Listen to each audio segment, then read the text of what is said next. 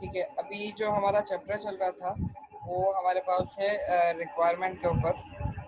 ठीक है, चैप्टर का नाम है अंडरस्टैंडिंग रिक्वायरमेंट। इसके अंदर अभी तक हमने क्या डिस्कस किया था कि रिक्वायरमेंट क्या होती है। रिक्वायरमेंट आपके पास जो भी आपका सिस्टम काम करेगा उसकी जो डिस्क्रिप्शन होती है उसका नाम हमने रिक्वायरमेंट दिया है। ठीक है, और रिक्वायरमेंट आपको कहाँ से मिलती है? जो आपका कस्टमर होता है बेसिकली वो आपको बताता है कि आपके सिस्टम में क्या क्या काम करना है, यानी जो भी डिस्क्रिप्शन वगैरह है वो आपका कस्टमर आपको देगा। ठीक है, रिक्वायरमेंट के अंदर हमने ये भी देखा था कि रिक्वायरमेंट में ये बताया जाता है व्हाट टू डू, यानी करना क्या है, उसे करना किस तरह है, ये रिक्वायरमेंट के अंदर नहीं बताया जाता। रिक्वायरमेंट को गेट करने के बाद जो आपको आउटपुट मिलता है, यानी जो आपको वर्क प्रोडक्ट उसके बाद मिलता है, उसका नाम आपके पास है SRS। ठीक है, सॉफ्टवेयर रिक्वायरमेंट स्पेसिफिकेशन। ठीक है, ये क्या होता है बेसिकली, ये आपके पास एक लार्ज डॉक्यूमेंट होता है जिसके अंदर आपके पास तो सारी की सारी जो भी रिक्वायरमेंट आपने कस्टमर से गेट की है वो तमाम की तमाम रिक्वायरमेंट इसके अंदर लिखी हुई होती हैं कि पहले आपने ये करना है, फिर ये करना है, ये करना है। SRS के ऊपर भी हमने पूरी क्लास के अंदर बात की है कि SRS के अंदर क्या क्या चीज़ें होनी चाहिए, क्या क्या उसके अंदर जो गुड SRS की क्वालिटीज़ हैं वो क्या क्या होती हैं, ये पूरी पिछली क्लास के अंदर हमने डिस्कस किया था। फिर उसके बाद यहाँ पर रिक्वायरमेंट बात हो रही है कि रिक्वायरमेंट इंजीनियरिंग क्या होती है। Understanding the requirement plus documenting the requirement. सबसे पहला काम आपने क्या करना होता है कि रिक्वायरमेंट्स को अंडरस्टैंड करना होता है, और फिर जो आपने रिक्वायरमेंट को समझा है उसके बाद आप उसको डॉक्यूमेंट की शेप के अंदर यानी SRS के शेप के अंदर कन्वर्ट कर देते हैं। ठीक है, तो ये प्रोसेस आपके पास क्या कहलाता है? Requirement engineering. अब 4 स्टेप्स यहाँ पर मेन होते हैं रिक्वायरमेंट इंजीनियरिंग के। एक चीज यहाँ पर ध्यान रखिएगा कि कुछ राइटर्स जो हैं वो इन 4 टॉपिक्स के अलावा या इन 4 पॉइंट्स के अलावा कुछ और पॉइंट्स इसके अंदर शामिल करते हैं, लेकिन उनका जो मेन कॉन्सेप्ट होता है वो यही होता है कि सबसे पहले आप रिक्वायरमेंट को एलिसिटेट करते हैं, यानी रिक्वायरमेंट को आप गैदर करते हैं, रिक्वायरमेंट को आप गेट करते हैं कस्टमर की मदद से। उसके बाद फिर आप उसको एनालाइज करते हैं। एनालाइजेशन में क्या होता है, यहाँ पर अगर आप देखें रिक्वायरमेंट एलिसिटेशन का मतलब होता है गैदरिंग ऑफ द रिक्वायरमेंट। आप कस्टमर की मदद से रिक्वायरमेंट को गेट करते हैं।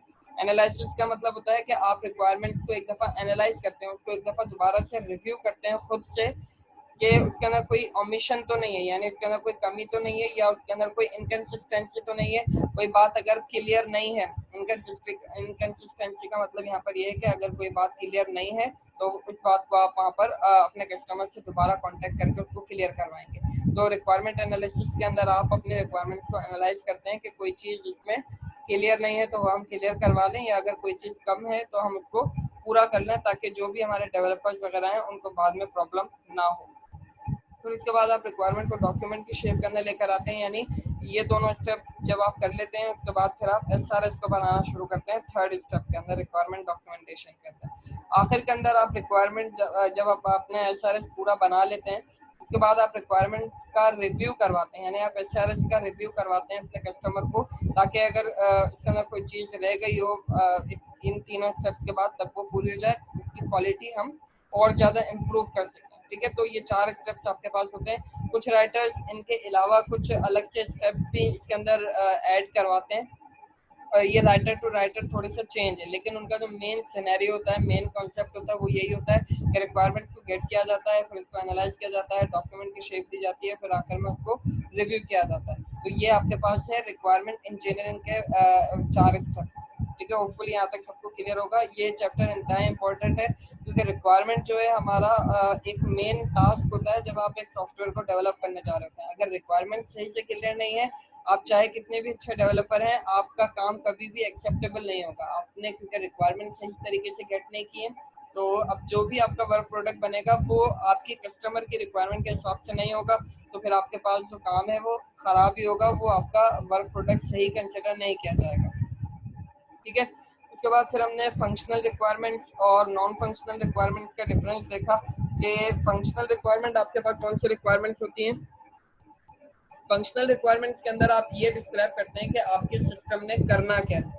ठीक है, अब करना क्या है इसकी एग्जांपल भी यहाँ पर जैसे लिखी हुई है कि अगर आप कोई गेम डेवलप करवाना चाह रहे हैं तो आपको जब आप रिक्वायरमेंट दे रहे होंगे डेवलपर को, तो आप उसको ये बताएंगे कि गेम के अंदर क्या क्या काम होने चाहिए। ठीक है, ये बात तो आपका कस्टमर ही बताएगा ना, जो गेम बनवा रहा है वही आपको बताएगा कि गेम के फीचर्स क्या क्या होंगे। तो ये इस तरह की जो रिक्वायरमेंट्स होती हैं वो आपके पास होती है फंक्शनल रिक्वायरमेंट। इसके नाम से आप याद रख सकते हैं कि जो जो काम आपका सिस्टम यानी जो जो फंक्शन आपका सिस्टम या आपका सॉफ्टवेयर परफॉर्म करेगा वो आपकी फंक्शनल रिक्वायरमेंट है। फिर इसके बाद आपके पास है non functional requirement. Non functional requirement आपके पास वो तरह की रिक्वायरमेंट्स होती हैं जिनके अंदर आप क्वालिटी को मेंशन कर रहे होते हैं, यानी क्वालिटी रिक्वायरमेंट्स आपके पास जो है वो नॉन फंक्शनल रिक्वायरमेंट कहलाती हैं। अब इसके अंदर आप क्या चीज़ें डिफाइन करते हैं, आप वो चीज़ें डिफाइन करते हैं जैसे ये जो गेम के फीचर्स अभी आपने फंक्शनल रिक्वायरमेंट के अंदर डिफाइन किए हैं, इस फंक्शन की यानी इस गेम के फीचर की क्वालिटी क्या होगी वो आप नॉन फंक्शनल रिक्वायरमेंट के अंदर डिस्क्राइब करते हैं। ठीक है, अब इसके एग्जांपल के अंदर जैसे ये जो गेम आप बनाने जा रहे हैं इसकी परफॉर्मेंस हाई होनी चाहिए, यानी ऐसा नहीं हो कि वो बहुत ज़्यादा स्लो हो रहा हो, इसकी वजह से आपका कंप्यूटर हाल्ट हो रहा हो, वहाँ पर अब वो रुक रुक कर चल रहा हो, इस तरह नहीं होना चाहिए। अगर आपके पास इस तरह का काम हो रहा होगा तो फिर आपका जो भी यूज़र है, इस्तेमाल करने वाला है, वो आपकी चीज़ को कभी भी इस्तेमाल नहीं करेगा क्योंकि उसकी परफॉर्मेंस लो है। वो जो आपका गेम आप डेवलप करने जा रहे हैं या जो भी आप सॉफ्टवेयर डेवलप करने जा रहे हैं वो रिलायबल होना चाहिए, उसके ऊपर भरोसा किया जाना चाहिए। ऐसा नहीं हो कि आप उसके अंदर अपना कोई पर्सनल डेटा डालें, अपना मोबाइल नंबर, अपनी ईमेल वगैरह, और वो सॉफ्टवेयर जो किसी तरीके से आपके पर्सनल डेटा को वो लीक कर रहा है, यानी फिर वो रिलायबल नहीं रहेगा, उसके ऊपर ट्रस्ट नहीं किया जा सकता। तो रिलायबिलिटी भी आपके पास एक नॉन फंक्शनल रिक्वायरमेंट है। यूजेबल होना चाहिए आपका सिस्टम के वो इस्तेमाल करने जैसा हो। ऐसा नहीं हो कि आपने इतना मुश्किल तरीन सॉफ्टवेयर बना दिया है कि सामने वाले बंदे को वो समझ में ही नहीं आ रहा है कि अब इसे करना क्या है। तो इस तरह की जो रिक्वायरमेंट्स आपके पास होती हैं ये आपके पास नॉन फंक्शनल रिक्वायरमेंट की कैटेगरी के अंदर आती है। ठीक है, तो होपफुली यहाँ तक सबको समझ में आ गया होगा। देखें, मोस्ट कॉमनली क्या होता है कि फंक्शनल रिक्वायरमेंट जो है आपका कस्टमर आपको बता देता है कि ये काम आपके सिस्टम के अंदर होने चाहिए। नॉन फंक्शनल रिक्वायरमेंट जो है ये आपका जो भी कस्टमर है वो बताता नहीं है, लेकिन आपने इन नॉन फंक्शनल रिक्वायरमेंट्स को दिमाग में रखते हुए ही अपने सिस्टम को डेवलप करना है। अगर आपने नॉन फंक्शनल रिक्वायरमेंट्स को मतलब कंसिडर नहीं किया, आपने इनको यहाँ पर फॉलो अप नहीं किया, तो फिर क्या प्रॉब्लम होगी। फॉर एग्जांपल आपको गेम बनाने के लिए दिया गया है, जो जो गेम के फीचर्स आपके मतलब यूजर ने आपको बनाने के लिए दिए थे, आपने वो तमाम के तमाम फीचर्स अपने सिस्टम में इम्प्लीमेंट कर दिए हैं, आपने उसकी परफॉर्मेंस का ख्याल नहीं रखा, यानी वो जो है प्रोसेसिंग टाइम आपका बहुत ज़्यादा ले रहा है आपका सॉफ्टवेयर या आपका गेम, तो उसकी परफॉर्मेंस स्लो हो जाएगी, ऑटोमेटिकली वो बहुत स्लो चलेगा। अब जब आपकी परफॉर्मेंस स्लो हो जाएगी तो फिर उस गेम को या सॉफ्टवेयर को इस्तेमाल करने वाला कोई भी यूजर नहीं होगा, क्योंकि आज के दौर के अंदर हर बंदा यही चाह रहा होता है कि उसकी जो परफॉर्मेंस है वो बहुत ज़्यादा हाई होनी चाहिए। यानी नॉन फंक्शनल रिक्वायरमेंट जो है ये आपके पास ऑटोमेटिकली अंडरस्टूड होनी चाहिए, चाहे आपको आपका जो कस्टमर है वो इन रिक्वायरमेंट्स को मेंशन कर रहा है या नहीं कर रहा, आपको इन रिक्वायरमेंट्स का हमेशा ख्याल रखना है कि ये चीज़ें आपके सिस्टम के अंदर इम्प्लीमेंट होनी चाहिए। आज हम इन रिक्वायरमेंट्स के बारे में थोड़ी बहुत अपने लेक्चर के अंदर भी बात करेंगे, आगे का जो टॉपिक आ रहा है तो उसके अंदर आपको ये चीज़ और क्लियर हो जाएगी। तो होपफुली फंक्शनल और नॉन फंक्शनल रिक्वायरमेंट का कॉन्सेप्ट क्लियर हो गया होगा। ये काफ़ी इंपॉर्टेंट टॉपिक है। फंक्शनल और नॉन फंक्शनल रिक्वायरमेंट्स के दरमियान फ़र्क जो है आपके काफ़ी ज़्यादा इंटरव्यूज वगैरह में भी पूछे जाते हैं कि इन दोनों में फ़र्क क्या है, और बहुत सारे जब आप टेस्ट वगैरह देने जाएंगे तो उसमें भी कुछ MCQs वगैरह इसमें से बनकर आते रहते हैं नॉर्मली। ठीक है, तो इन दोनों में फ़र्क आपको क्लियर से पता होना चाहिए।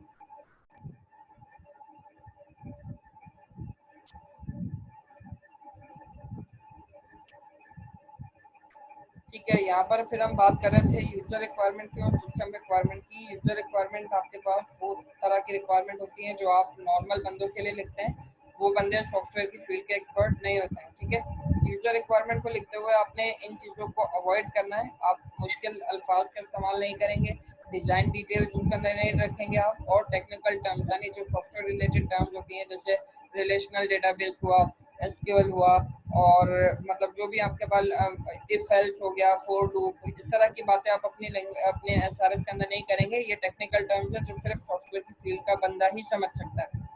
ठीक है, तो ये जो तरह की रिक्वायरमेंट है आपके पास यूजर रिक्वायरमेंट है। सिस्टम रिक्वायरमेंट आपके पास ड्राइव फ्रॉम यूजर रिक्वायरमेंट, ये रिक्वायरमेंट आपकी यूजर रिक्वायरमेंट से ही फैच होकर आती है, लेकिन ये एक्सपेंडेड वर्जन होता है आपकी यूजर रिक्वायरमेंट का। सिस्टम रिक्वायरमेंट के अंदर आप ये जो सिस्टम रिक्वायरमेंट लिख रहे होते हैं ये टेक्निकल बंदों के लिए लिख रहे होते हैं, इसके अंदर आप कॉम्प्लेक्स लैंग्वेज का भी इस्तेमाल कर सकते हैं, डिजाइन डिटेल्स का भी इस्तेमाल कर सकते हैं और टेक्निकल टर्म्स भी आप इसके अंदर इस्तेमाल कर सकते हैं। अच्छा, अब यहाँ पर लास्ट जो पॉइंट लिखा हुआ है कि यूजर और सिस्टम रिक्वायरमेंट आपके एसआरएस का पार्ट होती है। ये चीज ध्यान में रखिएगा कि जब आप एसआरएस लिखेंगे तो आप अपने यूजर रिक्वायरमेंट को भी एसआरएस में मेंशन करेंगे, ताकि जो एक सॉफ्टवेयर की फील्ड का बंदा नहीं है वो भी आपकी रिक्वायरमेंट को समझ सके, और अपनी सिस्टम रिक्वायरमेंट को भी अपनी एसआरएस के अंदर आप लिखेंगे, ताकि जो सॉफ्टवेयर की फील्ड के बंदे हैं वो डिटेल से आपकी रिक्वायरमेंट को समझ सकें। देखें, एसआरएस जब आप लिखेंगे उसमें दोनों तरह की रिक्वायरमेंट होगी। अब जो आपका बिजनेस पर्सन है, यानी जो आपका क्लाइंट है, वो हो सकता है कि वो सॉफ्टवेयर की फील्ड का ना हो, तो उसको भी आपकी बात समझ में आनी चाहिए कि आपने एसआरएस के अंदर क्या क्या चीजें मेंशन की हैं। इसीलिए हम यूजर रिक्वायरमेंट भी वहाँ पर शामिल करेंगे, और जो आपने एसआरएस लिखी है वो एसआरएस आप अपने डेवलपर्स को भी तो देंगे ना, कि जो बंदे सॉफ्टवेयर को डेवलप करेंगे तो उनके लिए आपके पास सिस्टम रिक्वायरमेंट भी होनी चाहिए, ताकि वो अपने सॉफ्टवेयर को आराम से डेवलप कर सके। तो दोनों तरह की रिक्वायरमेंट होनी चाहिए। यूजर रिक्वायरमेंट आपकी उन लोगों के लिए जो सॉफ्टवेयर की फील्ड के बंदे नहीं होते हैं, ये बहुत सिंपल लैंग्वेज के अंदर लिखी जाती है। और सिस्टम रिक्वायरमेंट आपके पास कॉम्प्लेक्स चीजों को इस्तेमाल करके, यानी जो टेक्निकल बंदे हैं उनको ध्यान में रखते हुए आप अपनी सिस्टम रिक्वायरमेंट को लिखेंगे। तो यहाँ तक तकरीबन होपफुली आपको क्लियर हो गया होगा। ये बहुत ही सिंपल कॉन्सेप्ट है, लेकिन काफी इम्पोर्टेंट है। ये जो टॉपिक्स हैं, ये मैं दोबारा आपको रिवाइज इसलिए करवा रहा हूँ कि इनको आपने ध्यान से समझना है। फिर इसके बाद हम एसआरएस के ऊपर आए थे। एसआरएस बेसिकली क्या होता है? एसआरएस आपके और आपका जो क्लाइंट है उन दोनों के दरमियान जो भी आपने बातचीत की है, जो भी आपने डिसीजन लिए हैं, जो भी आपने रिक्वायरमेंट्स को गेट किया है, उसको आप एक डॉक्यूमेंट की शेप में बनाकर एक तरीके से कॉन्ट्रैक्ट के तौर पर आप इस्तेमाल करते हैं। तो SRS is basically an organisation understanding in writing, ये रिटर्न फॉर्म के अंदर होता है, ऑफ अ कस्टमर और potential client system requirements and dependencies at a particular point in time. It is a two way insurance policy. Two way insurance policy से मुराद ये है कि आपकी तरफ से भी ये श्योरिटी होती है और क्लाइंट की तरफ से भी ये श्योरिटी होती है कि आप ये दोनों एक बात के ऊपर मुत्तफिक हो चुके हैं, और अब जो आपने मतलब जो भी आपने कॉन्ट्रैक्ट किया है आप उसी की बेसिस के ऊपर काम करेंगे। तो ये आपकी टू वे इंश्योरेंस पॉलिसी है। कल को आपका क्लाइंट आपको ये नहीं कह सकता है कि मैंने कुछ और बोला था, आपने कुछ किया है, और कल को आप भी क्लाइंट को ये क्लेम नहीं कर सकते हैं कि भाई आपने ये वाली रिक्वायरमेंट लिखवाई नहीं थी तो हमने ये काम किया ही नहीं। तो ये दोनों की तरफ से एक श्योरिटी यहाँ पर हो जाती है। जब आप एक एसआरएस बना लेते हैं, ऑफिशियली एसआरएस जब आप बना लेते हैं, तो ये आपके पास एक कॉन्ट्रैक्ट के तौर पर काम करता है। It is important to note that SRS contains functional and non-functional requirements only। SRS के अंदर आपकी फंक्शनल और नॉन फंक्शनल दोनों तरह की रिक्वायरमेंट होनी चाहिए। अब यूजर रिक्वायरमेंट और सिस्टम रिक्वायरमेंट, इन दोनों रिक्वायरमेंट के अंदर खुद ब खुद आ जाती हैं फंक्शनल और नॉन फंक्शनल रिक्वायरमेंट में। ठीक है, तो आपको ये ध्यान में रखना है कि फंक्शनल और नॉन फंक्शनल दोनों रिक्वायरमेंट्स आपकी एसआरएस का पार्ट होती हैं। और फिर उसके बाद हमने एसआरएस की गुड को डिस्कस किया था कि एसआरएस जो है करेक्ट होनी चाहिए, अनएम्बिगस होनी चाहिए, complete, consistent, rank for importance mention हो, यहाँ पर वेरीफाइबल हो, मॉडिफाइबल हो और ट्रेसेबल। ठीक है, तो इनको जल्दी से एक क्विकली देख लेते हैं। करेक्ट का मतलब ये है कि जो कुछ आपने लिखा है अपनी एसआरएस के अंदर, आपका जो भी क्लाइंट है वो एग्जैक्टली वही चीज डिजायर कर रहा हो। ठीक है, यानी जो आपको फंक्शनैलिटी अपने सिस्टम से रिक्वायर है वही आपने स्टेट की हो। स्टेट का मतलब यहाँ पर ये कि वो वही चीज आपने लिखी हो। ऐसा नहीं हो कि आपने लिखा कुछ और है और कस्टमर आपसे कुछ और डिजायर कर रहा है। ठीक है, तो ये दो यहाँ पर अलग अलग बातें हो जाएंगी, ये करेक्ट नहीं होगा इस वक्त। तो करेक्ट यहाँ पर क्या मतलब है कि जो चीज सिस्टम से एक्सपेक्टेड है वही चीज आपने अपने पास स्टेट की हो। फिर उसके बाद आपके पास है अनएम्बिगस। अनएम्बिगस से मुराद यहाँ पर यह है कि आपकी हर रिक्वायरमेंट का सिर्फ और सिर्फ एक ही मतलब बनना चाहिए। अगर एक ही रिक्वायरमेंट के एक से ज्यादा मतलब बनेंगे तो फिर वो आपकी रिक्वायरमेंट जो है एम्बिगस कंसिडर की जाएगी, और वो जो आपकी एसआरएस बनेगी वो फिर सही एसआरएस कंसिडर नहीं की जाएगी। तो every requirement stated has only one interpretation, यानी हर रिक्वायरमेंट का सिर्फ और सिर्फ एक ही मतलब बनना चाहिए, एक से ज्यादा मतलब नहीं बनना चाहिए। आपकी जो रिक्वायरमेंट है जो भी ये सारे से ये कंप्लीट होने चाहिए। कंप्लीट होने से क्या मुराद है कि आपके पास जो कुछ लिखा गया है वो मतलब तमाम की तमाम रिक्वायरमेंट उसके अंदर मेंशन होनी चाहिए। ऐसा नहीं हो कि आपने कुछ रिक्वायरमेंट को स्किप कर दिया है और कुछ रिक्वायरमेंट उसके अंदर मेंशन है, तो इस तरह आपका काम नहीं चलेगा। इस तरह से अगर कंप्लीट नहीं होगी तो फिर आपके पास जो फंक्शनैलिटी सिस्टम की है वो भी कंप्लीट नहीं हो पाएगी। फिर इस तरह आपका डिलीवर नहीं कर पाएंगे आप अपने सिस्टम को। कंसिस्टेंट आपके पास ये आपके एसआरएस होने चाहिए। कंसिस्टेंट क्या है, एक ही जैसी टर्मिनोलॉजी को आपने इस्तेमाल करना है, एक ही जैसे स्टैंडर्ड को आपने यहाँ पर रखना है ताकि एक ही जैसे आपके एसआरएस लगे। ऐसा नहीं हो कि आपने एक जगह पर अलग तरीके के फॉन्ट इस्तेमाल किए, दूसरी नीचे अलग हेडिंग के अंदर आपने अलग तरीके के फॉन्ट इस्तेमाल किए, तो यहाँ पर कंसिस्टेंसी आप खराब कर रहे हैं। ठीक है, तो आपने क्या करना है, कंसिस्टेंसी को मेंटेन रखना है, एक ही जैसे टर्म्स को इस्तेमाल करना है। अगर आप एक जगह पर एक तरह का लफ्ज इस्तेमाल कर रहे हैं और उसी तरह का लफ्ज अगर दोबारा इस्तेमाल हो रहा है तो आप वही टर्म को इस्तेमाल करेंगे। ऐसा नहीं हो कि आप एक जगह पर अलग टर्म का इस्तेमाल कर रहे हैं, दूसरी जगह अलग टर्म का इस्तेमाल कर रहे हैं, तो यहाँ पर फिर एम्बिग्यूटी पैदा हो जाती है। तो आपने कंसिस्टेंसी को यहाँ पर मेंटेन रखना है कि एक ही स्टैंडर्ड को आपने फॉलो करना है थ्रू ओवरऑल यूर एसआरएस। इसके बाद रैंक फॉर इम्पोर्टेंस।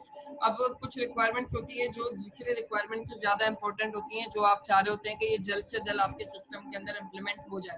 तो इस तरह अगर इस तरह का आपके पास सिनेरियो है तो आप अपनी एसआरएस को रैंक करेंगे कि ये वाली रिक्वायरमेंट जो है ये दूसरी रिक्वायरमेंट से ज्यादा इंपॉर्टेंट है।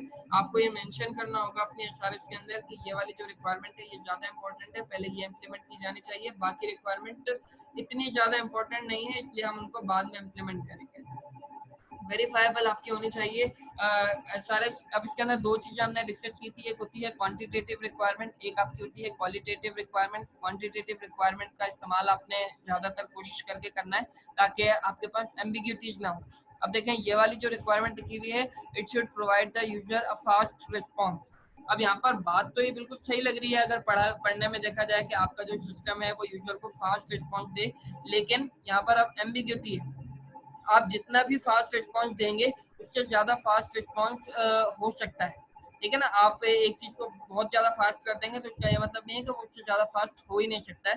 तो यहाँ पर अभी एम्बिग्यूटी है, यहाँ पर अभी बात क्लियर नहीं है। यहाँ पर फास्ट रिस्पॉन्स के एक से ज्यादा मतलब बन सकते हैं कि कितना फास्ट रिस्पॉन्स हो। तो आपने क्या करना है, क्वांटिटेटिव रिक्वायरमेंट यानी नंबर्स की फॉर्मेट के अंदर आपने अपनी चीज को एक्सप्लेन करना है कि every key stroke should provide a user response within 100 millisecond. अब आपने यहाँ पर 100 मिली सेकेंड जब मेंशन कर दिया है तो आप यहाँ पर यूजर को एक क्वांटिटी दे रहे हैं कि मतलब अपने एसआरएस के अंदर एक क्वांटिटी दे रहे हैं कि इतना आपके सिस्टम को फास्ट होना चाहिए तो वेरीफाइएबल हो। अब ये वाली जो है ये वेरीफाइएबल नहीं है, यहाँ पर एम्बिग्यूटी आने का बहुत ज्यादा चांसेस है कि एक डेवलपर फास्ट रिस्पॉन्स को अलग तरीके से समझ सकता है, दूसरा बंदा फास्ट रिस्पॉन्स को अलग तरीके से समझ सकता है। तो यहाँ पर अभी चीज क्लियर नहीं है, तो आपने इन बातों का यहाँ पर ख्याल रखना है कि हर रिक्वायरमेंट की सिर्फ और सिर्फ एक ही मीनिंग बन रही है। उसके बाद मॉडिफाइबल है कि अगर आपके पास एक रिक्वायरमेंट एक से ज्यादा जगहों पर आ रही है तो आपके पास ये रिकॉर्ड मौजूद होना चाहिए, क्योंकि अगर आपको चेंज करना हो, मॉडिफाई करना हो अपने मतलब एसआरएस के अंदर, तो ऐसा नहीं हो कि आपकी रिक्वायरमेंट 3 जगह पर आ रही थी, सेम रिक्वायरमेंट 3 जगह पर आ रही थी और आपने एक जगह से चेंज कर दिया, 2 जगह पर आपने उसको वैसे ही छोड़ दिया, आप भूल गए उसको। तो ऐसा नहीं होना चाहिए। आपके पास क्रॉस रेफरेंसेस होने चाहिए, आपके पास आपको पता हो कि कौन सी रिक्वायरमेंट किस किस जगह पर मौजूद है।